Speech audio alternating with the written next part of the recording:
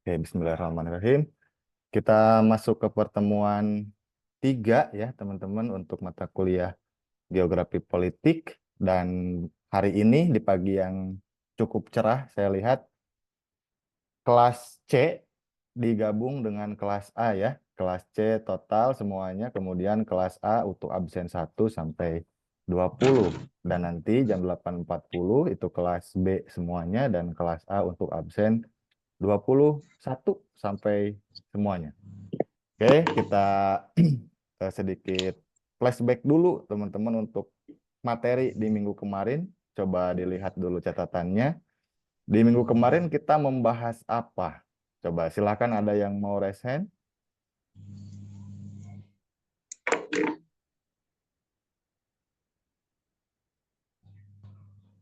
Ayo, saya tunjuk ya. Tariska. Tariska minggu kemarin ngebahas apa? Sejarah sama tokoh geografi politik. Oke, terus itu di awal-awal ya. Kemudian selanjutnya coba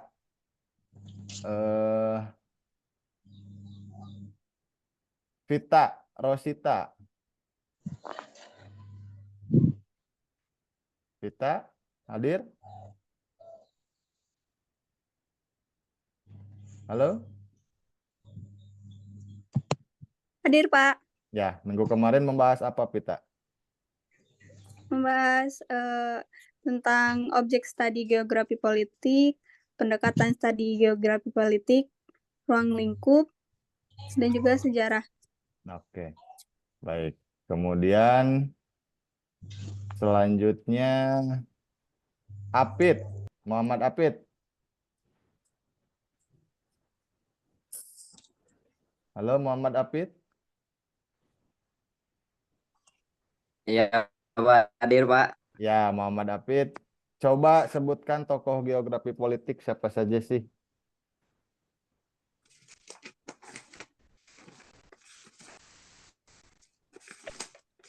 Bentar, Pak.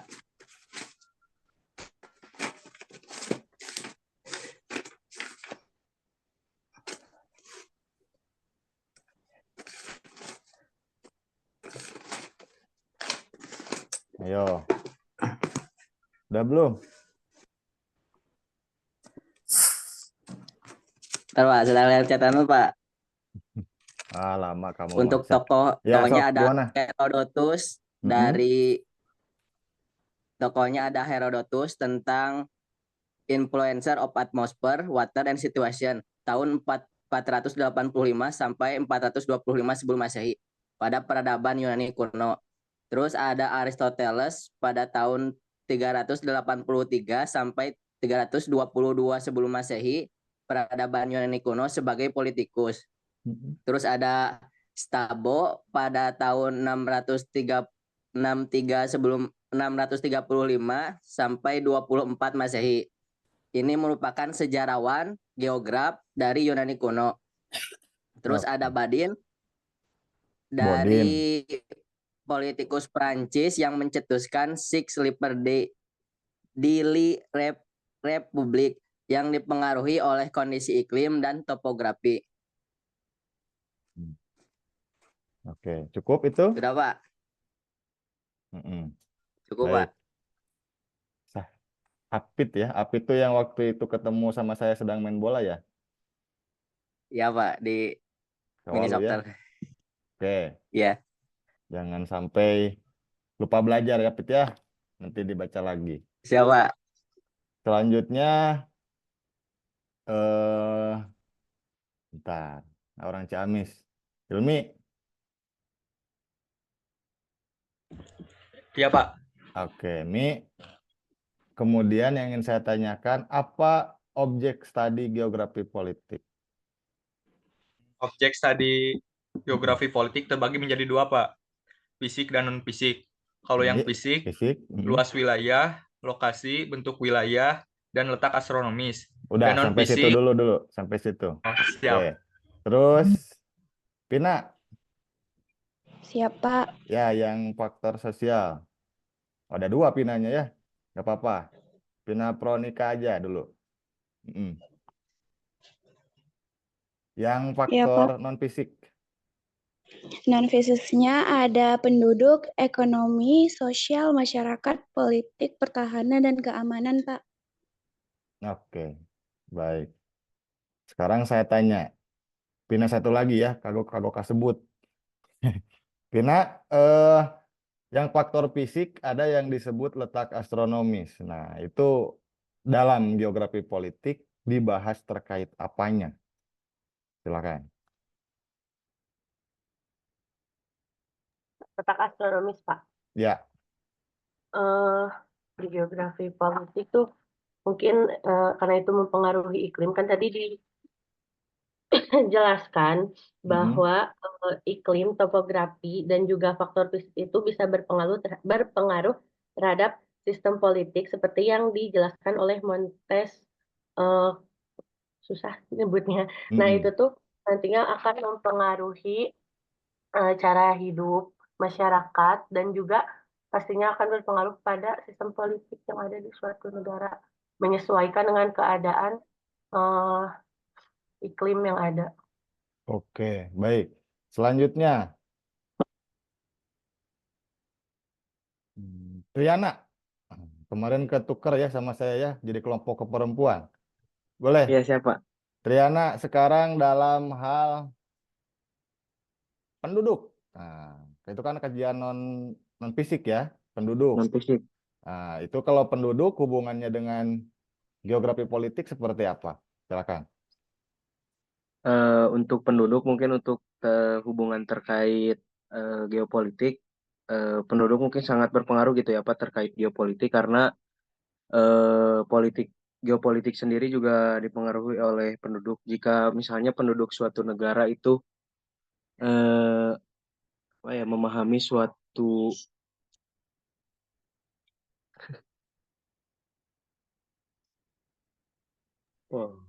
bentar, Pak, penduduk. Waduh. Sok mau dilempar, Triana, ke siapa? Lempar, Pak, Boleh ke dilengkapi. Ke siapa? ke Irena. Irena. Oke. Irena hadir? Hadir ya, Pak. Boleh. Silahkan Irena dilengkapi. Faktor penduduk yang berpengaruh terhadap geopolitik itu apanya? Kan politik pasti dijalankan oleh manusia ya, Pak. Nah, khususnya penduduk gitu. Penduduk di suatu negara. Mm-mm. Jadi Ya, berikan contohnya, coba. jadi pasti gimana, Pak? Berikan contoh. Hmm,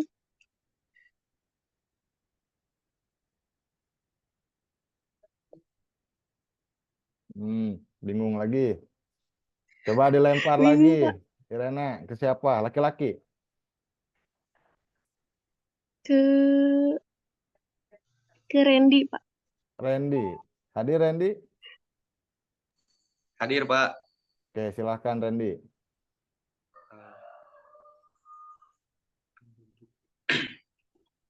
Bentar, Pak.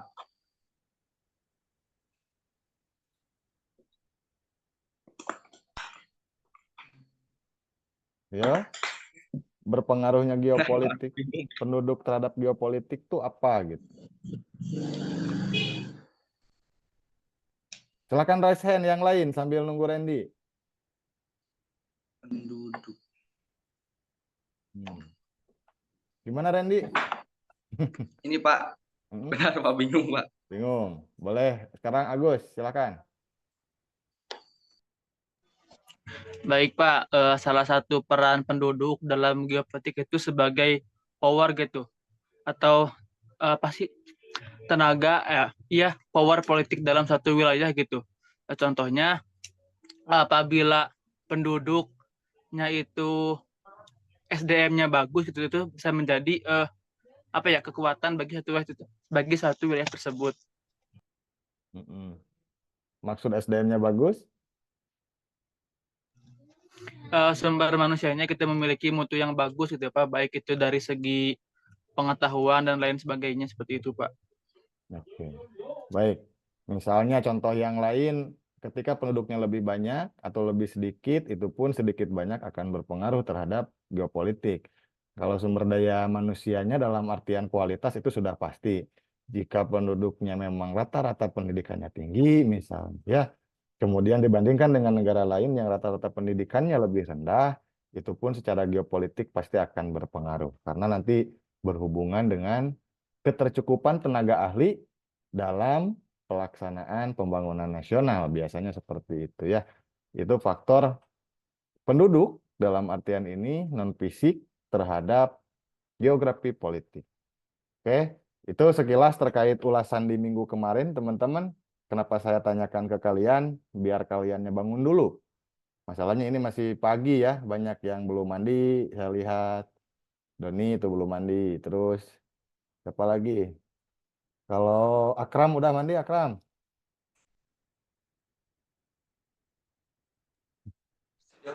Sudah ya.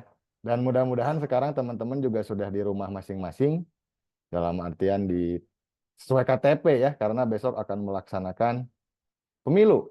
Dan tugasnya sudah saya share di GC. Nanti insya Allah jam 8 malam akan kalian lihat thread-nya. Jadi silahkan dibaca instruksinya di sana secara seksama terkait tugas. Yang jelas nomor 1 kalian harus difoto ketika mewarnai jari dengan tinta. Berarti masih di lokasi di dalam TPS ya itu ya. Bukan di luar pas udah pulang, jangan. Tapi di dalam TPS ketika habis mewarnai jari dengan tinta, silakan kalian minta tolong ke abdi negara yang ada di sana untuk difotokan. Oke, begitu ya. Itu yang pertama. Kemudian yang kedua, kalian nanti harus membuat rekapan hasil rekapitulasi perhitungan dalam format Excel, teman-teman ya.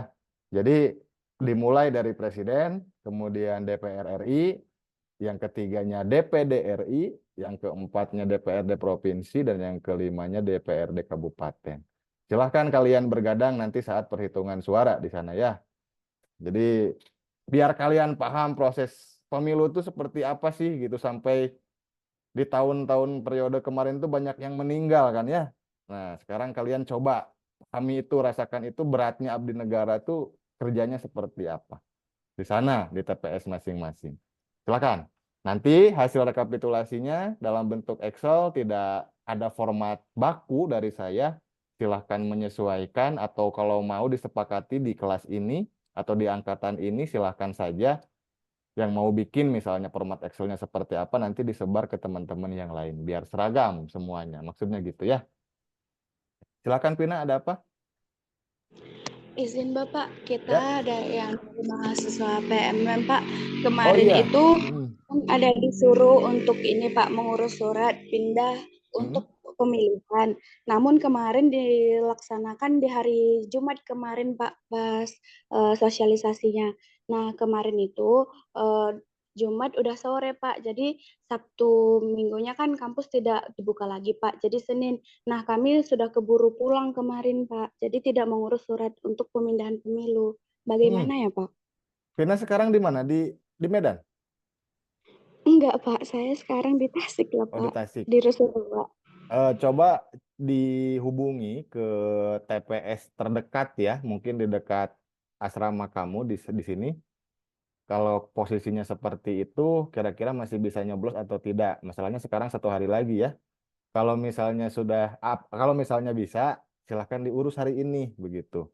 Terus kalau misalnya nggak bisa, nggak apa-apa lah. Kamu silahkan datang ke TPS dan ikuti alur perhitungannya. Paling juga gitu ya kalau nggak bisa nyoblos mah. Dan nanti kamu pas di TPS pakai jas terunsil, pakai alma mater unsil. Takutnya disangka orang asing yang punya niat yang nggak baik gitu. Karena kan dalam artian kamu juga orang baru di Tasik, secara budaya mungkin belum terlalu paham. Jadi pakai, oh bukan jas terunsil, kamu nggak punya juga ya alma mater unsil? Iya Pak. Tapi Belum lagi soalnya. kalau alma mater kampus asal di Unsam ada di bawah sekarang. Ada Pak. Nah itu aja pakailah. Yang jelas kan ada logonya ya di situ ya. Iya Pak. Nah itu pakai, kemudian nanti di TPS kamu izin pas perhitungan ke ketua TPS-nya lah. Bilang, Ibu atau Bapak, ini saya sedang tugas kuliah Jadi ingin dalam artian mengikuti proses perhitungan suara. Itu aja ya, Pina ya. Baik, Pak. Terima kasih. Ya, itu pun kalau misalnya memang nggak bisa gitu untuk mengikuti karena terganjal proses pemindahan. Tapi ya, walaupun seperti itu, berarti tugas kamu hanya satu nanti. Jadi pada saat rekapitulasinya saja, tidak dipoto di dalam gitu pada saat mewarnai jari dengan tinta begitu. Oke, Pina dan siapa satu lagi tuh Akram ya? Akram, Pak. Sama posisinya ya? Sama Pak. Oke, nanti boleh seperti itu janjian saja ya. Iya Pak, siap. Oke, baik, kita mulai materi untuk di minggu ini. Nanti kalau misalnya jeda setelah 40 menit, keluar dulu, nanti kita masuk lagi. Insya Allah tidak akan terlalu lama ya, teman-teman. Nah, apakah sudah muncul? Sudah, Pak. Sudah ya. Udah share screen ya, udah full ya? Iya, Bapak sudah. Oke, baik. Nah, sekarang di pertemuan ketiga kita akan membahas terkait negara sebagai region bagian satu lah istilahnya. Karena untuk bahasan ini kita bagi ke dalam 3 pertemuan. Ada negara sebagai region bagian 1, bagian 2, dan bagian 3. Untuk yang bagian 1, sekarang kita akan melihat apa itu pengertian negara, kemudian lokasi dan luas negara, dan yang terakhir bentuk wilayah negara. Oke. Pengertian negara. Pengertian negara adalah suatu tempat atau suatu konsep yang diwakili oleh sejumlah simbol tertentu yang menuntut kesetiaan dari orang yang menempatinya. Ini menurut Martin Ira. Sekarang saya tanya ke teman-teman, ada yang masih ingat simbol negara itu contohnya apa saja sih? Gitu. Ayo. Bendera. Lambang, Bendera, oke. Terus lambang, dalam artian kalau di kita apa? Garuda. Ya. Garuda Pancasila ya. Terus apa lagi? Lagu kebangsaan. Lagu kebangsaan. Apalagi? Bahasa, Pak. Bahasa, betul. Apalagi ada lagi gak? Ya. Oke, misalnya cukup segitu dulu. Sekarang saya tanya, apakah bisa disebut negara kalau dia tidak punya bendera, misal? Ayo. Atau kalau misalnya dia gak punya lambang negara, bisa gak disebut sebagai sebuah negara? Tidak, Pak, karena tidak ada yang bisa mengakui bahwa dia itu memiliki negara. Karena syarat untuk menjadi negara itu harus memiliki ciri khusus, Pak. Betul, oke. Harus memiliki ciri khusus dalam artian di sini simbol negara dan juga minimal harus diakui oleh satu negara lain. Gitu ya. Itu salah satu syarat berdirinya negara. Kedaulatannya itu diakui oleh negara lain. Contoh, ketika Indonesia waktu itu menyatakan diri merdeka lepas dari penjajahan Jepang tahun 1945, negara apa sih yang mengakui pertama kali tentang kemerdekaan kita? Mesir. Mesir.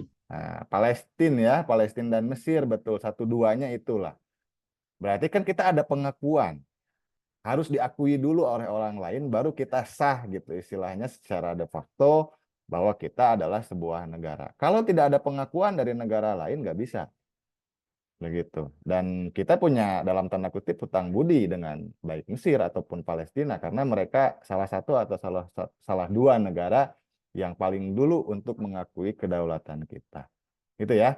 Kemudian negara juga disebut organisasi politik teritorial suatu bangsa yang mempunyai kedaulatan. Ini menurut Iswara. Organisasi politik teritorial, maksud teritorial ini adalah wilayah ya.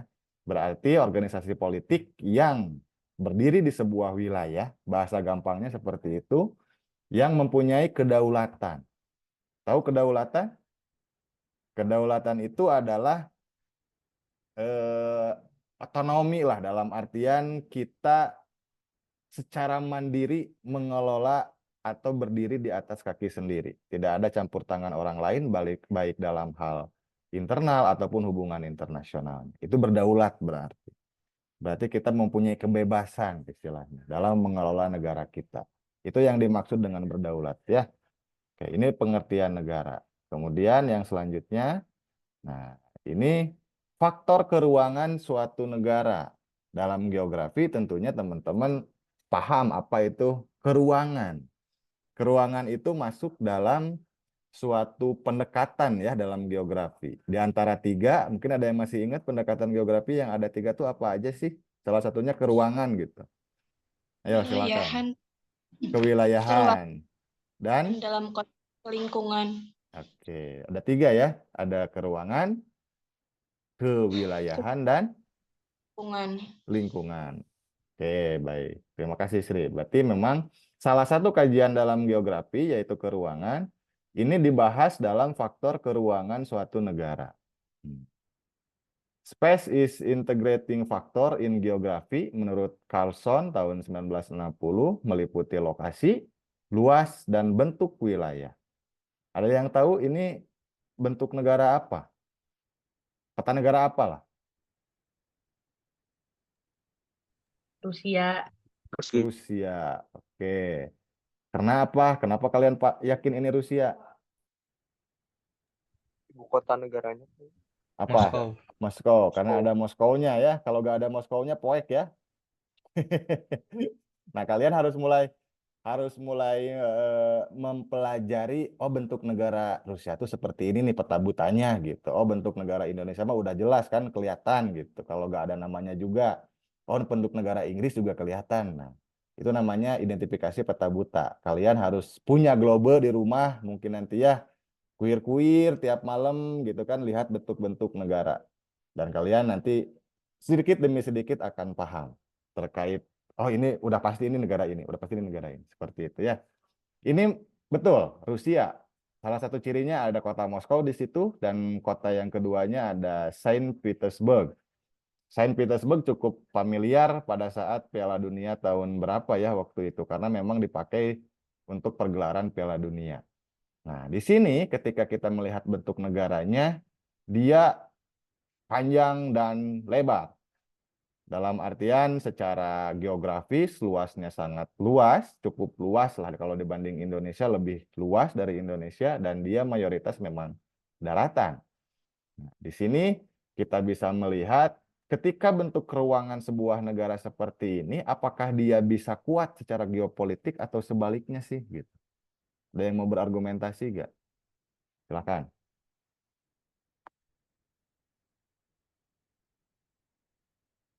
Recording in progress. Yo, ada yang mau berargumentasi?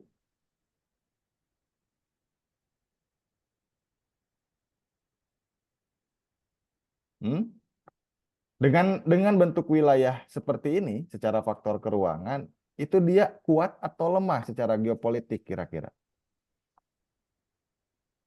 Kalau kita lihat hanya satu sudut pandang ya, secara bentuknya saja. Belum kita mengukur kekuatan alutsistanya dan lain-lain. Secara luas, secara bentuk aja dulu. Dalam hal ini keruangan, kira-kira kalau seperti ini kuat gak sih gitu? Ayo. Silakan, ada yang mau berargumentasi?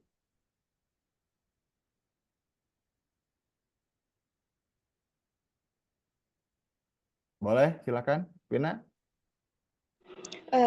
Menurut saya itu geopolitiknya tuh mungkin kuat Pak, karena kenapa dengan wilayah yang luas seperti itu bakalan banyak yang akan terjadi. Misalnya, salah satu contohnya kita ambil.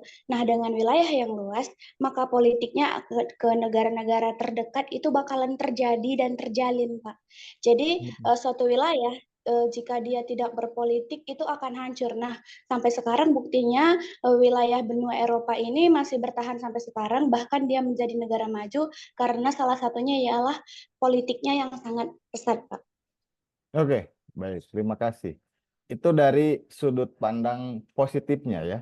Negara yang luas, dia pasti akan memiliki batas negara yang cukup banyak dengan negara-negara yang lain.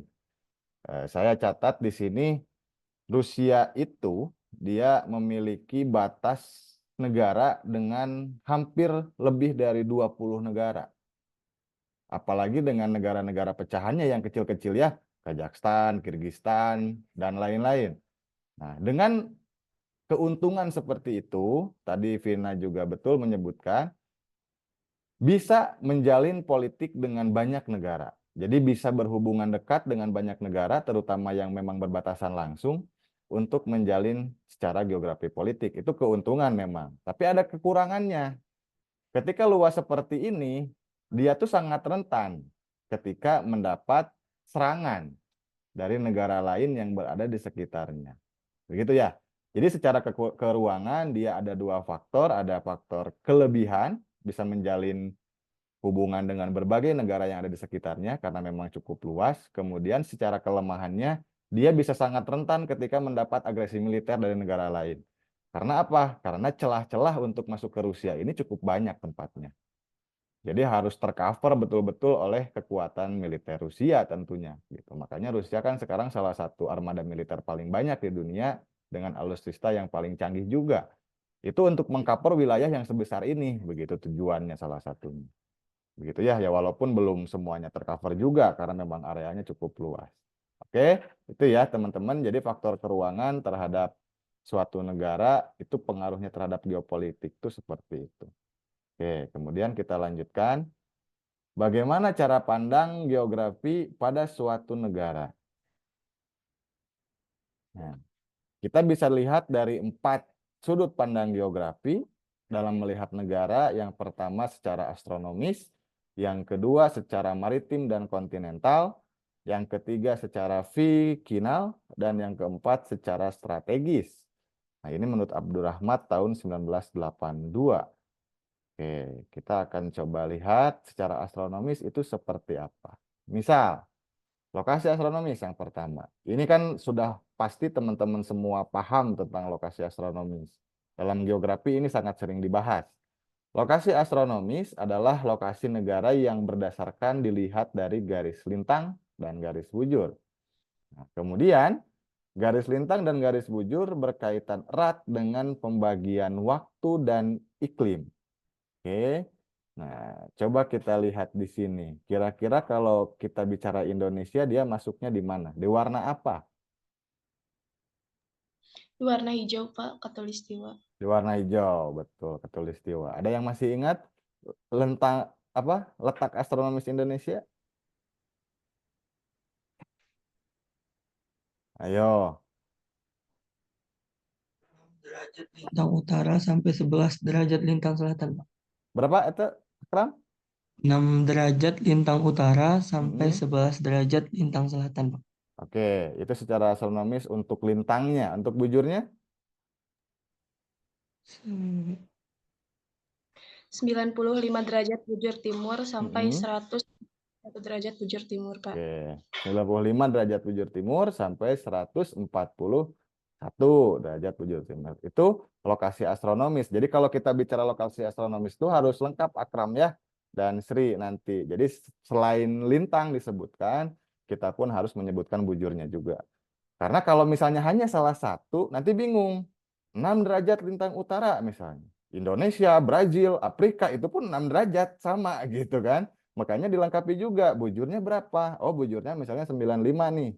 Oke, 95 kan bisa Indonesia, bisa mungkin Jepang juga 95 ya. Atau Australia di bawah juga mungkin saja 95. Berarti kan harus lengkap.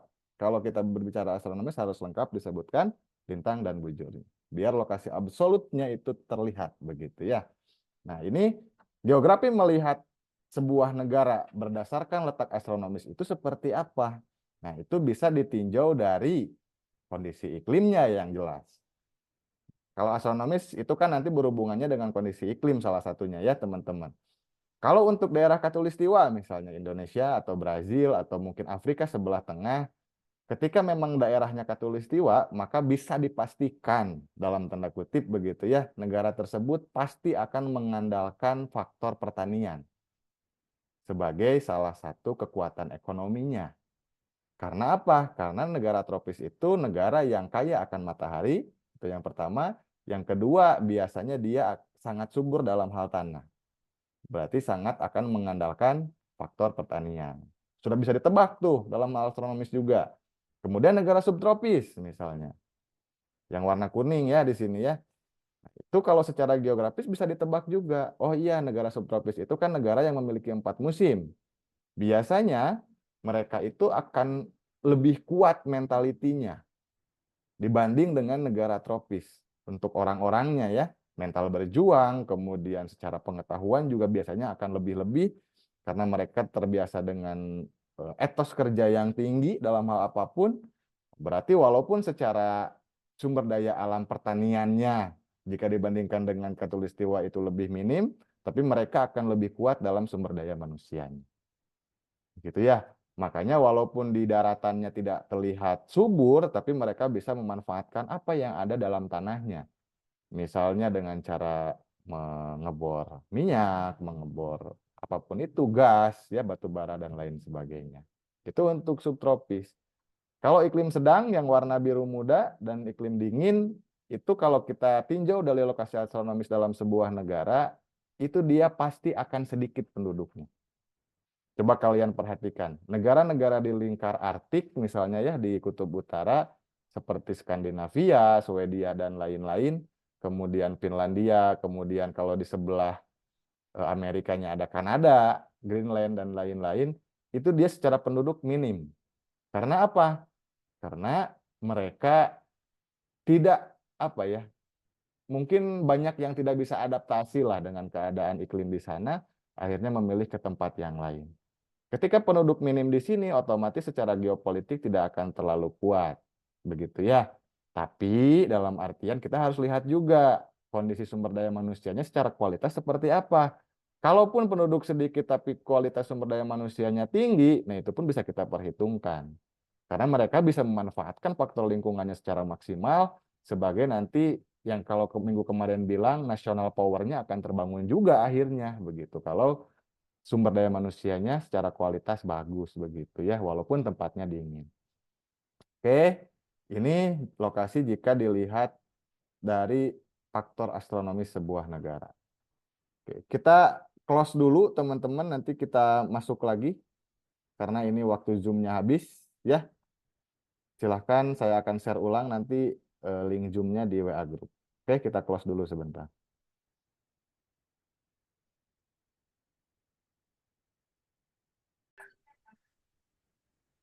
Oke.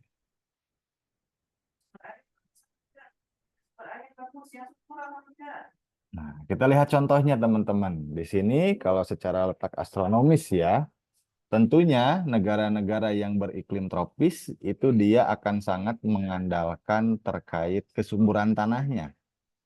Kalau kita lihat di sini peta yang atas, nah yang ini adalah peta rice producing country. Jadi negara-negara penghasil beras istilahnya ya.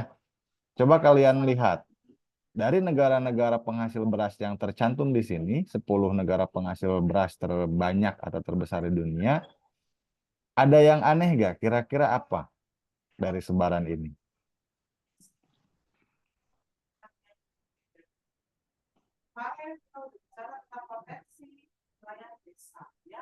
Ayo, coba dilihat. Kalian juga harus tahu bahwa politik atau apa sih namanya sih, cara pandang politik suatu negara itu dipengaruhi oleh iklim. Kenapa? Ya, Sanas, kenapa? Enggak apa, Pak. Ayo coba konsentrasi dulu. Ini kita sedang membahas kondisi maksudnya iklim di sini terhadap geopolitik ya. Nah, di sini contohnya itu adalah peta sebaran negara yang memproduksi beras. Coba kalian lihat. Di sini negara-negaranya ada yang aneh nggak? Kira-kira. Yang Brazil maksudnya, Pak? Brazil tropis. Nggak aneh, sama dengan Indonesia. Apa? Itu mungkin lebih ke atas ya, Cina masuk. Cina dan Jepang ya. Cina dan Jepang. Nah, ternyata Cina dan Jepang itu dia negara yang bukan tropis, tapi secara penghasilan produksi berasnya itu bahkan Cina nomor 1 di dunia dengan 179 juta ton per tahun ya. Atau di tahun 2001 nih indikatornya dilihat. Nah, apa yang menyebabkan itu? Kita ambil contoh Jepang dan Cina. Jepang dan Cina secara lokasi astronomis itu berada di daerah subtropis ya. Di subtropis itu cenderung tidak terlalu bagus lah dalam artian untuk pertanian beras kalau secara umum begitu. Tapi mereka tuh diunggulkan oleh kualitas sumber daya manusia yang cukup tinggi dalam hal ilmu pengetahuan dan lain-lain. Sebagai contoh, saya punya teman dulu di daerah saya di Ciamis, dia kalau tidak salah 3 atau 5 tahun di Jepang untuk bertani beras. Jadi ternyata orang Jepang itu ngambil ahli-ahli pertanian itu dari Indonesia sebagai objek pembanding ya. Jadi dibawa ke sana, kemudian diberdayakan di sana. Dan teman saya bilang, di Jepang itu secara proses sudah memakai robot hampir semuanya. Misal, nyebar pestisida, itu bisa memakai drone. Kemudian pertanian lahannya pun tidak seperti yang kita bayangkan sawah yang ada di Indonesia. Sawah yang ada di Jepang tuh karena keterbatasan wilayah, itu dia memakai sawah vertikal, teman-teman. Kalau kita bayangkan bukan sawah, kalau kita bayangkan gedung parkir di mall, tahu nggak? Mungkin pernah semuanya ke mall ya. Nah, sawah-sawah itu di Jepang seperti itu. Lantai 1 ada, lantai 2 ada, lantai 3 ada, sampai lantai berapa begitu kan. Nah, otomatis kan sinar mataharinya dari mana, Pak? Kalau seperti itu. Nah, sinar mataharinya itu dia memakai sinar UV buatan. Jadi per lantainya itu dipasang sinar UV buatan untuk mencukupi kebutuhan sinar matahari bagi padi yang ditanam di gedung tersebut. Alhasil apa? Alhasil mereka berhasil meningkatkan tingkat produktivitas padi di tengah lahan yang terbatas. Gitu ya. Jadi sekarang kita tidak heran lagi kenapa Jepang, kemudian Cina itu penghasil berasnya bisa setara atau bahkan lebih dari daerah-daerah yang tropis karena mereka menggunakan teknologi, menggunakan ilmu pengetahuan. Kalau kita lihat negara-negara lain di sini, ya hampir kebanyakannya daerah Asia Tenggara ya sebagai penghasil beras nomor 1 terbanyak.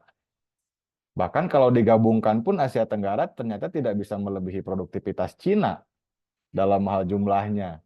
Berarti Cina memang lebih unggul dalam hal wilayahnya memang luas, pemanfaatannya, kemudian secara teknologi pun mereka lebih unggul. Begitu ya. Jadi di sini ternyata bukan hanya faktor astronomi secara mutlak yang harus kita perhitungkan, tapi kita pun harus menghitung potensi secara sumber daya manusianya, teman-teman. Jadi dilihat, malah ke close ya.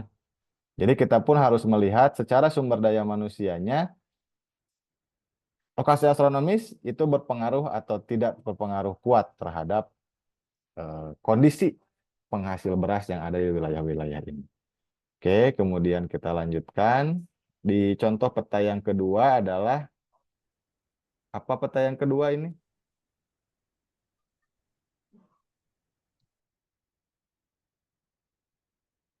Kepadatan penduduk, Pak. Kepadatan penduduk. Oke, Faiz. Ini adalah peta kepadatan penduduk dunia atau World Population Density Map. Oke, di sini bisa dilihat negara-negara yang mempunyai warna agak gelap di peta ini, itu dia berarti negaranya mempunyai populasi penduduk yang cukup padat. Sebaliknya, negara-negara yang memiliki warna yang cerah, itu adalah negara-negara yang memiliki kepadatan penduduknya renggang atau rendah. Nah, coba kita lihat. Di sini mayoritas memang negara-negara yang berwarna gelap berada di wilayah tropis dan sebagian di wilayah subtropis. Kenapa? Kenapa sebarannya tuh penduduk tuh banyak di wilayah tropis dan sebagian kecil subtropis? Sisanya cenderung kosong. Silakan, ada yang mau berargumentasi?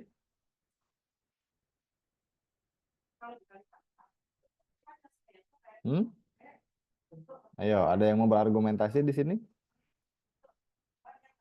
Wah, tadi saya lihat ada yang masih ngobrol-ngobrol dengan temannya Karena mungkin. di iklim tropis nyaman untuk ditinggali, Pak. Kalau Oke. misalnya seperti negara-negara yang beriklim dingin, sulit untuk segala aksesnya, Pak. Jadi memungkinkan negara tropis itu karena memang stabil gitu, Pak, cuacanya. Jadi bisa ditinggali di segala waktu, Pak. Kalau Iya. di iklim dingin kan di saat musim dingin itu terkadang kalau di saat ekstrimnya itu bahkan sampai keluar rumah juga tidak bisa, Pak. Oke, baik. Betul ya, karena lebih ke kenyamanan. Kenapa di daerah tropis lebih cenderung padat dibanding subtropis dan daerah dingin? Karena memang daerah tropis secara iklim itu bisa lebih worth it, lebih nyaman untuk ditinggali. Kalau di daerah subtropis dan daerah dingin itu memang butuh usaha lebih lah kita untuk tinggal di sana. Alhasil hanya orang-orang yang bisa beradaptasi lah yang bisa tinggal di sana. Sisanya yang tidak kuat yang mereka akan pindah ke negara-negara yang beriklim lebih hangat begitu ya. Oke. Baik, kita lanjutkan. Kemudian analisis kebutuhan beras dengan tingkat populasi penduduk dunia sebagai ini, kita lanjutkan bahasan yang tadi. Negara penghasil beras terletak di iklim tropis dan subtropis. Betul, seperti yang tadi kita lihat petanya ya. Kemudian negara dengan jumlah penduduk terbanyak berada di iklim tropis dan subtropis juga. Ada argumentasi yang ketiga. Jika jumlah penduduk di negara beriklim tropis dan subtropis bertambah, maka negara penghasil beras akan berkurang. Nah, coba, maksudnya apa nih? Argumentasi yang ketiga ini maksudnya apa? Mungkin karena penduduk yang di daerah yang dingin itu kan pada ke daerah yang tropis dan subtropis, jadinya mereka nggak ekspor Pak ke negara yang di daerah. Oke, baik. Nah, Dea ya, ada lagi yang lain? Maksudnya apa untuk yang poin 3 ini? Izin pendapat mungkin Pak. Ya. Jika jumlah penduduk bertambah, mungkin lahan untuk menanam padinya itu semakin berkurang. Alih fungsi lahan mungkin Pak. Oke. Tuh, itu juga terkait alih fungsi lahan ya. Jadi kita ambil contoh gampangnya lah, misalnya di Kota Tasik nih. Dulu kan sawah banyak, ya kan? Sekarang seiring pertumbuhan penduduk, sawah-sawah yang ada di Kota Tasik itu beralih fungsi. Menjadi apa? Menjadi perumahan misalnya. Karena kan kebutuhan perumahan otomatis akan semakin banyak dengan bertambahnya penduduk. Atau berubah fungsi menjadi industri, jadi pertokoan, atau bahkan jadi perkantoran, dan lain sebagainya. Nah, pada saat itulah, maka area pertanian berkurang, produksi padi kita pun akan berkurang. Tapi di sisi lain, jumlah penduduk semakin banyak. Makanya yang terjadi di Indonesia apa? Yang terjadi di Indonesia itu adalah kekurangan kekurangan beras akhirnya. Maka kebijakan pemerintah akhir-akhir ini adalah mengimpor beras dari Thailand, Vietnam, ya kan? Beras yang kalian makan sekarang pun kadang-kadang beras Vietnam, Thailand, begitu. Karena kita tidak bisa mencukupi kebutuhan dalam negeri, begitu ya. Nah, di sisi lain Thailand dan Vietnam cerdas. Oh, Indonesia sekarang permasalahannya adalah tidak bisa mencukupi pangan. Akhirnya mereka memaksimalkan kondisi tersebut secara geopolitik dan ekonominya untuk memproduksi lahan pertanian baru dan akhirnya produksi berasnya meningkat dan bisa mengekspornya ke Indonesia. Kan itu ya, kalau dihubungkan dengan geografi politik seperti itu. Oke, kemudian selanjutnya, nah ini ada yang disebut terkait lokasi maritim dan kontinental. Coba kita lihat. Karakter suatu bangsa akan dipengaruhi oleh kondisi geografisnya. Nah ini jelas ya, kita sudah ulang-ulang membahas ini di pertemuan sebelumnya. Kemudian maritim dipengaruhi oleh lautan. Negara maritim itu negara pelautan. Dan dia secara karakter akan dipengaruhi oleh laut. Dan kontinental itu dipengaruhi oleh daratan. Nah, kalau kita berbicara tentang maritim, itu kelawanannya adalah kontinental. Maritim itu negara kepulauan atau dipengaruhi oleh laut. Kalau negara kontinental itu adalah negara full daratan. Yang pengaruh lautnya itu tidak terlalu besar, seperti negara maritim. Oke, jadi kalau kita bicara maritim, berarti kelawanannya kontinental. Begitupun sebaliknya. Sebagian besar negara maju berada di kategori negara maritim. Contoh, Amerika Serikat, Inggris, Belanda, Prancis, dan Jepang. Mereka tuh negara maritim. Garis pantainya panjang begitu ya, dan lebih panjang daripada perbatasan daratnya. Indonesia maritim bukan? Maritim juga. Tapi kenapa kita belum bisa dikategorikan sebagai negara maju seperti mereka? Yo, silakan. Ada yang mau berargumentasi? Iklim, Pak, tropis. Jadi, Yang kumaha? tadi Bapak yang tadi Bapak katakan kan yang beriklim tropis itu terlalu santai gitu Pak, karena memang etos kerjanya berkurang Pak, karena segalanya ada gitu Pak, nampak. Nah, kalau kan beriklim dingin itu kan harus penuh perjuangan, karena misalnya musim untuk menanam pertaniannya itu hanya sedikit gitu Pak, hanya beberapa bulan saja. Tidak seperti di Indonesia menanam padi kan dalam 1 tahun itu bisa panen 3 kali gitu Pak. Ya. Membuat etos kerjanya itu berleha-leha gitu Pak kalau Indonesia. Ya. Oke, secara geografi seperti itu, betul. Kemudian saya punya beberapa contoh lain. Misal nih, kenapa Indonesia dan Jepang sama-sama tropis, tapi secara sama-sama negara maritim, tapi produksi ikannya lebih dominan Jepang daripada kita. Padahal secara luas wilayah, laut kita lebih luas daripada laut Jepang. Secara jumlah ikan pun lebih banyak ikan di kita tentunya daripada di Jepang. Kenapa? Karena kan di kita berarus hangat ya si airnya. Jepang itu cenderung dingin. Karena apa coba? Karena dari segi teknologinya. Jumlah nelayan pasti banyak di kita daripada di Jepang. Jelas, secara penduduk pun kita lebih banyak kan. Nah, secara teknologi, contohnya apa? Yaitu Jepang itu dia punya GPS. Si nelayan-nelayannya itu dibekali oleh GPS yang menunjukkan lokasi-lokasi ikan tuh di mana berkumpulnya. Jadi ketika dia berangkat melaut tuh dia sudah punya tujuan. Oh iya, saya mau berangkat ke koordinat ini. Dibantu oleh satelit kan untuk menunjukkan koordinatnya. Jadi tinggal berangkat ke sana. Setelah nyampe di sana tebar jaring dapat banyak karena memang lokasinya pas gitu. Ikannya di sana semua.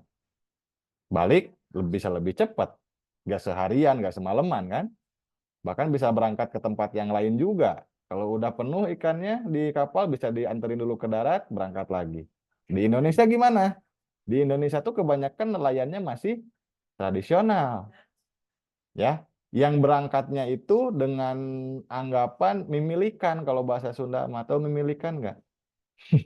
Yang orang bukan luar Sunda. Mimilikan itu berarti mengandalkan keberuntungan. Yang penting berangkat aja dulu begitu kan. Nanti di laut mau dapat mau enggak kan tergantung keberuntungan. Kalau orang Indonesia mah. Kadang-kadang dapat, kadang-kadang enggak. Kalau dapat pun kan nggak terlalu banyak juga. Waktunya bisa semalaman baru balik lagi. Dan itu pun produksinya tidak terlalu banyak. Nah, itulah yang membedakan kita dengan Jepang. Jepang itu lebih efektif karena didukung oleh teknologi yang canggih. Di kita masih tradisional.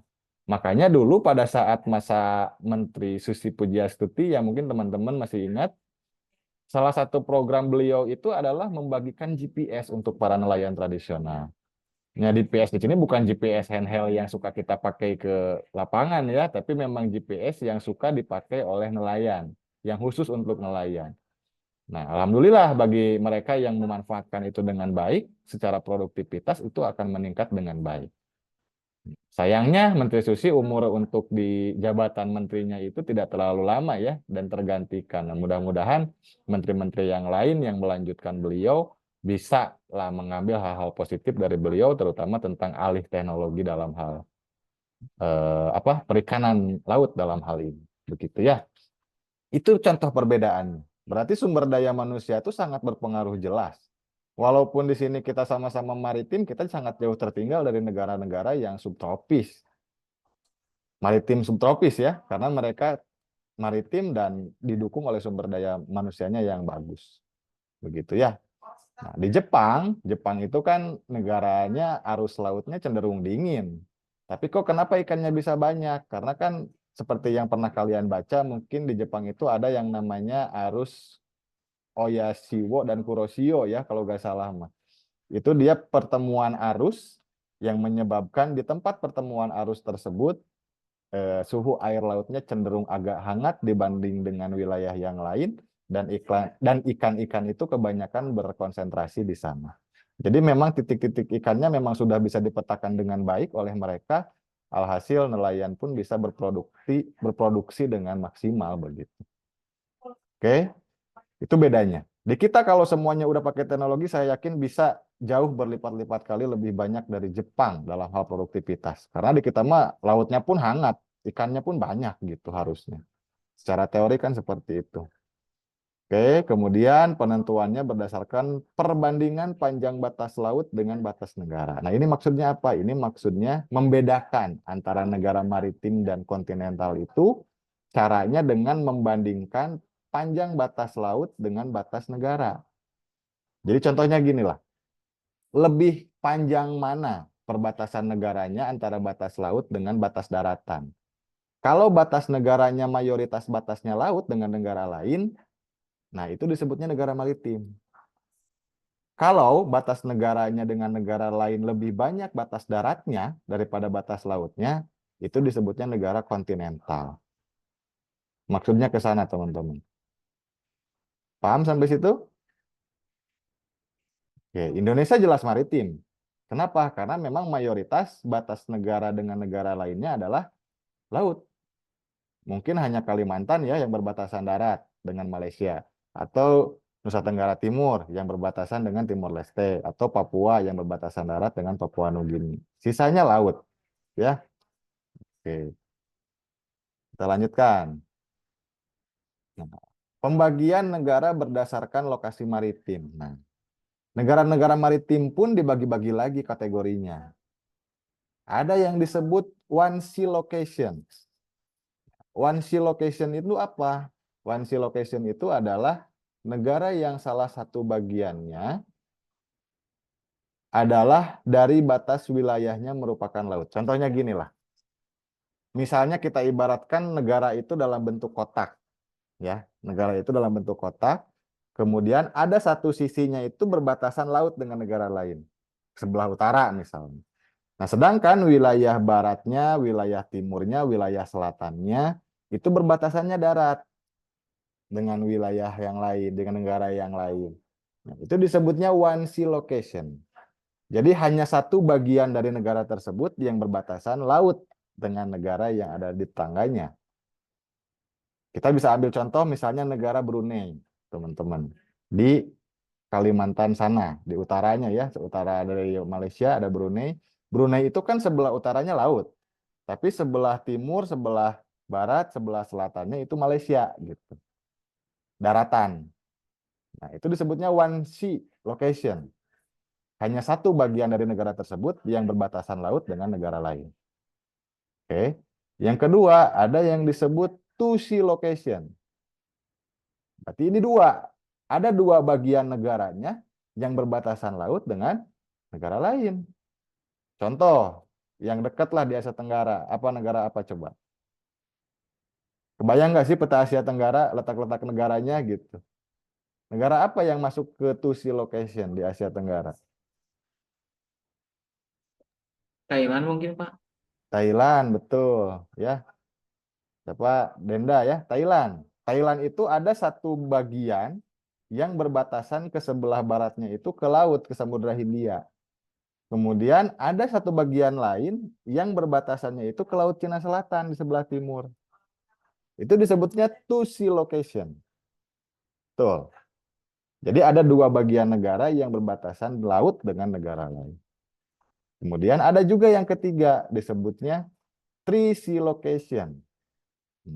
Yang three sea location ini, contohnya apa coba, ayo. Ada tiga bagian dari negaranya yang berbatasan dengan laut. Bukan hanya dua ya. Ayo. Indonesia mungkin, Pak. Nah, Indonesia bukan three sea location lagi, dia udah multi sea justru nanti yang keempat. Ya. Oke, yang 3C itu contohnya apa ya? Kalau misalnya Malaysia hanya semenanjung Malayanya saja. Kan Malaysia itu ada dua bagian ya. Ada Malaysia yang di semenanjung Malaya dan ada Malaysia yang di Kalimantan. Nah, kita ibaratkan contohnya itu Malaysia yang di semenanjung Malayanya saja, yang Kalimantannya enggak kita hitung gitu ya. Nah, itu kan berarti barat timurnya laut, baratnya adalah Selat Malaka, timurnya adalah Selat Karimata atau Laut Cina Selatan. Ke selatannya adalah Laut Bangka, Belitung dan lain-lain ya, Laut Batam.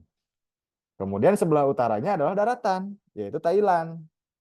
Itu disebutnya three sea location. Ada 3 bagian dari negara tersebut yang berbatasan laut dengan negara yang lain. Kemudian yang keempat ada multi-sea and insular location, yaitu negara dengan banyak batas laut. Itu Indonesia baru, teman-teman. Ya walaupun tadi ada beberapa titik yang berbatasan darat ya, tapi memang mayoritasnya berbatasan laut dengan negara lain. Itu disebutnya multi-sea and insular location. Terakhir ada yang disebut no sea or continental location, yaitu negara yang tidak memiliki batas laut. Ini bukan negara maritim, jelas ini mah ya, tapi negara kontinental. Contoh, ada yang mau kasih contoh? Nepal bisa nggak, Pak?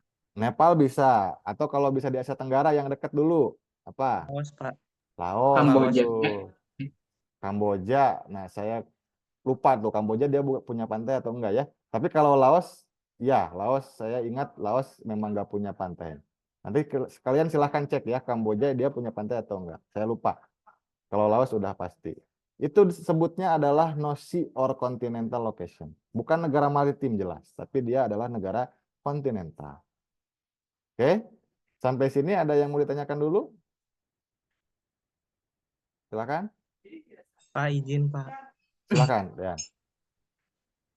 Pak, kan ada ya Pak negara yang basisnya itu kontinental, tapi mereka itu memiliki angkatan laut gitu Pak. Nah, fungsi dari angkatan laut ini untuk apa ya Pak? Contohnya kayak negara laut gitu. Kan mereka tidak punya laut, tapi mereka memiliki angkatan laut gitu. Oh, itu udah jelas punya menurut apa yang Ya. Rian baca? Iya, Pak. Ya oke. Terkadang kalau seperti itu fungsinya ya, fungsinya adalah untuk keamanan regional. Walaupun misalnya negara Laos, ya saya belum baca sih memang. Walaupun misalnya iya negara Laos punya angkatan laut, walaupun dia gak punya laut, itu biasanya suka ada fakta keamanan regional. Misalnya kita ibaratkan ini Asia Tenggara ya. Ya dalam pertahanan regional di Asia Tenggara, kadang-kadang harus semua negara memiliki armada laut. Kenapa? Karena nanti ketika ada serangan dari regional yang lain, misalnya ya dari Asia Timur nih, nyerang dari Jepang, Cina, Korea ke Asia Tenggara, itu pertahanan Asia Tenggara itu bisa kuat ketika angkatan-angkatan laut yang ada di seluruh negara di Asia Tenggara bersatu. Seperti itu. Jadi itu untuk politik regional, Rian ya. Jadi ada kesepakatan khusus mungkin dengan regional yang ada di sekitarnya sehingga mereka mempunyai angkatan laut. Walaupun secara garis perbatasan dengan negara lain nggak ada yang berbatasan laut begitu. Ya kalau di negara maritim ya udah jelas ya. Mereka wajib punya angkatan laut bersenjata untuk pertahanan negara, untuk mengamankan wilayah. Nah, kalau untuk yang tidak punya atau yang kontinental tapi punya angkatan laut, ya mungkin itu kesepakatan regional mereka secara keamanan dengan negara-negara yang ada di sekitarnya. Berarti kan parkir kapalnya juga bersandarnya di negara lain ya kalau seperti itu. Oke, seperti itu Rian ya. Ada lagi yang lain? Silakan.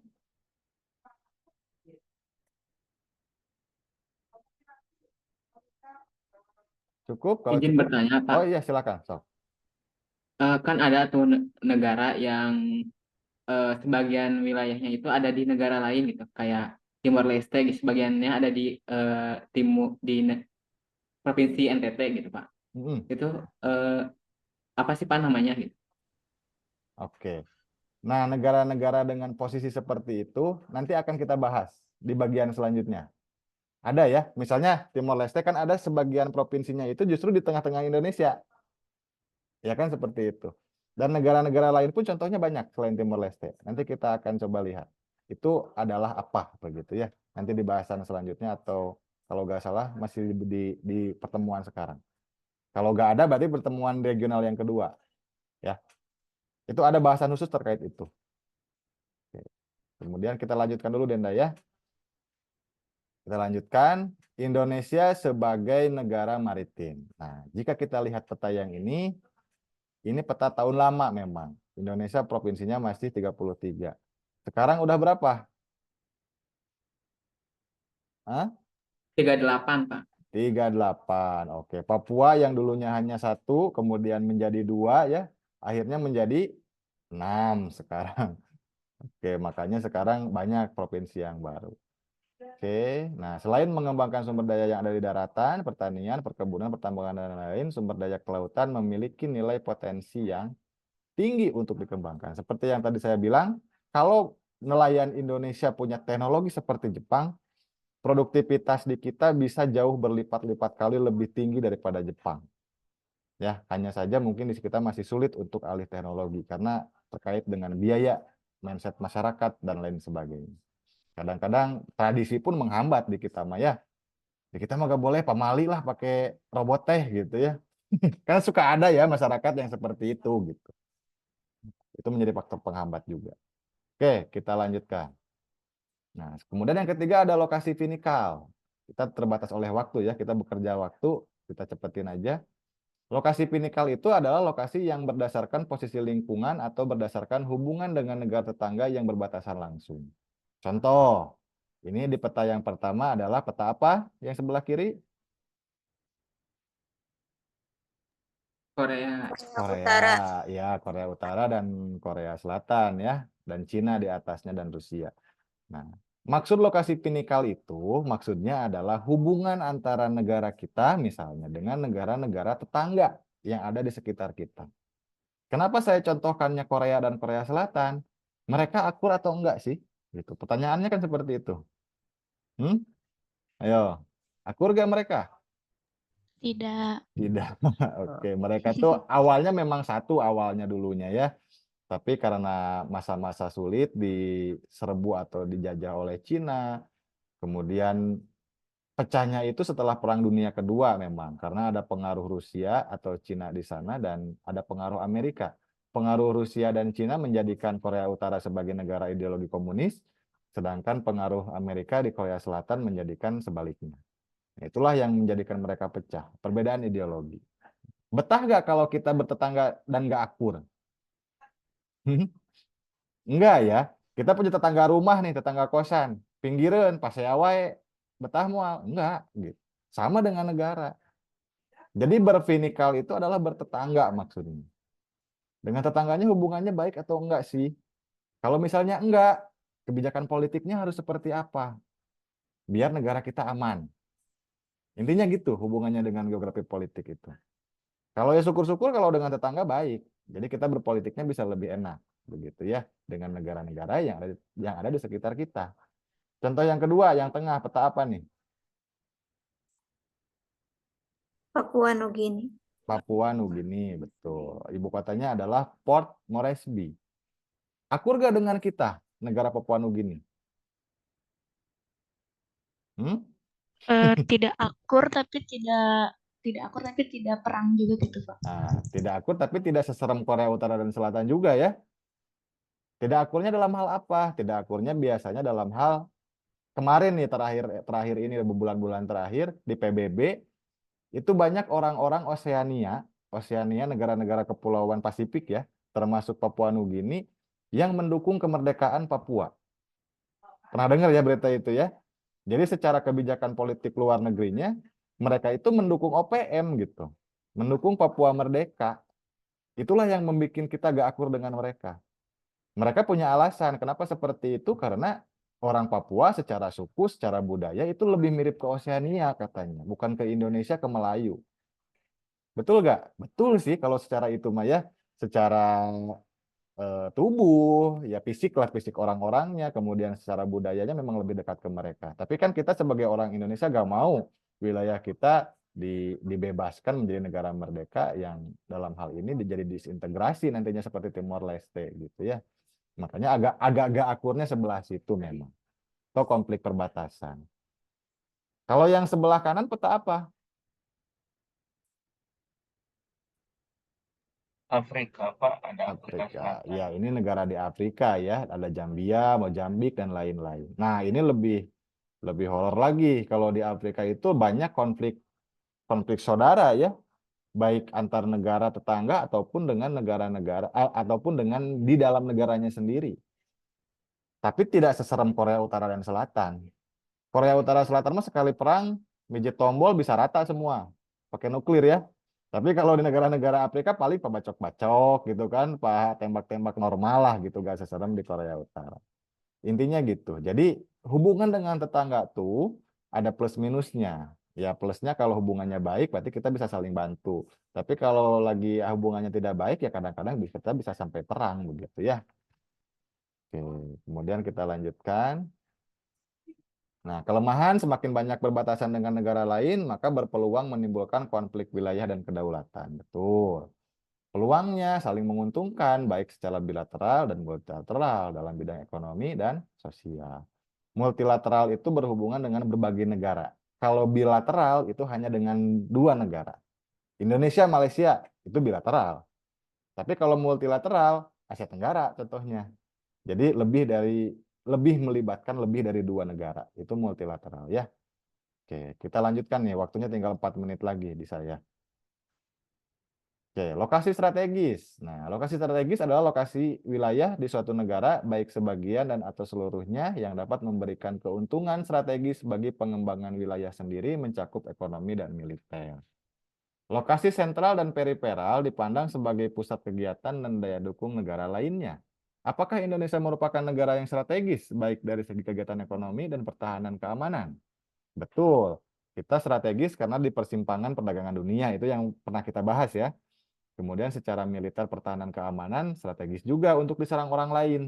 Kenapa? Karena banyak celah di Indonesia ya. Akhirnya harus dikuasai atau harus disiasati dengan pertambahan alutsista dan personel keamanan TNI dalam hal ini. Seperti itu. Kemudian ini petanya, peta Indonesia mungkin kalian sudah paham juga ya. Nah, ini yang disebut tadi one sea location tuh Brunei di sini, dia hanya bagian utaranya saja yang berbatasan dengan laut. Kemudian yang two sea-nya ini Thailand ya. Yang ini sebelah baratnya laut, sebelah timurnya juga laut gitu. Kalau Indonesia itu multi ya, karena dia banyak sekali batas laut. Oke, kemudian nah ini luas wilayah. Jadi Van Valkenburg itu seorang ilmuwan itu membagi-bagi luas negara berdasarkan luas wilayahnya. Ada yang giant size 7 juta sampai 9 juta kilometer persegi sampai yang miniatur size. Nanti silahkan kalian baca saja ya untuk terkait hal ini. Kemudian saya lanjutkan. Nah, bentuk wilayah negara ada yang compact. Compact itu solid, tidak terpisah-pisah. Ya, tadi pertanyaan dari Denda kalau nggak salah. Kemudian ada yang sirkular. Sirkular itu bentuknya hampir bulat. Nanti silahkan kalian contohnya lihat di globe masing-masing di rumah ya. Kemudian ada yang long narrow. Long narrow itu negara yang bentuknya pipih. Pipih itu dari atas ke bawah bisa, dari pinggir horizontal bisa.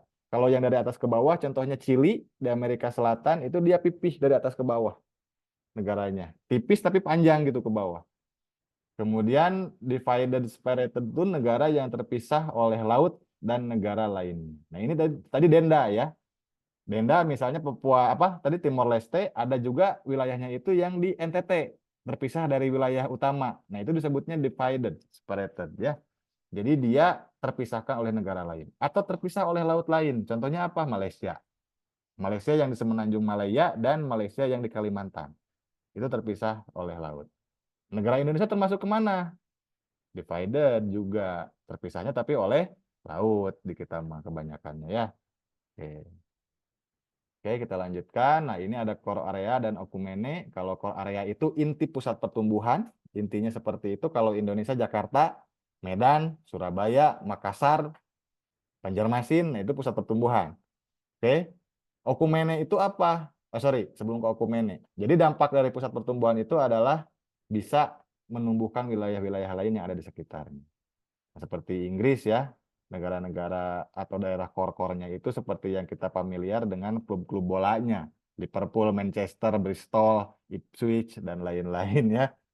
Nah, kalau okumene apa? Okumene itu adalah daerah pada suatu negara yang merupakan tempat kegiatan penduduk, mulai dari kegiatan ekonomi, politik, sosial, dan pertahanan keamanan. Bedanya dengan core apa?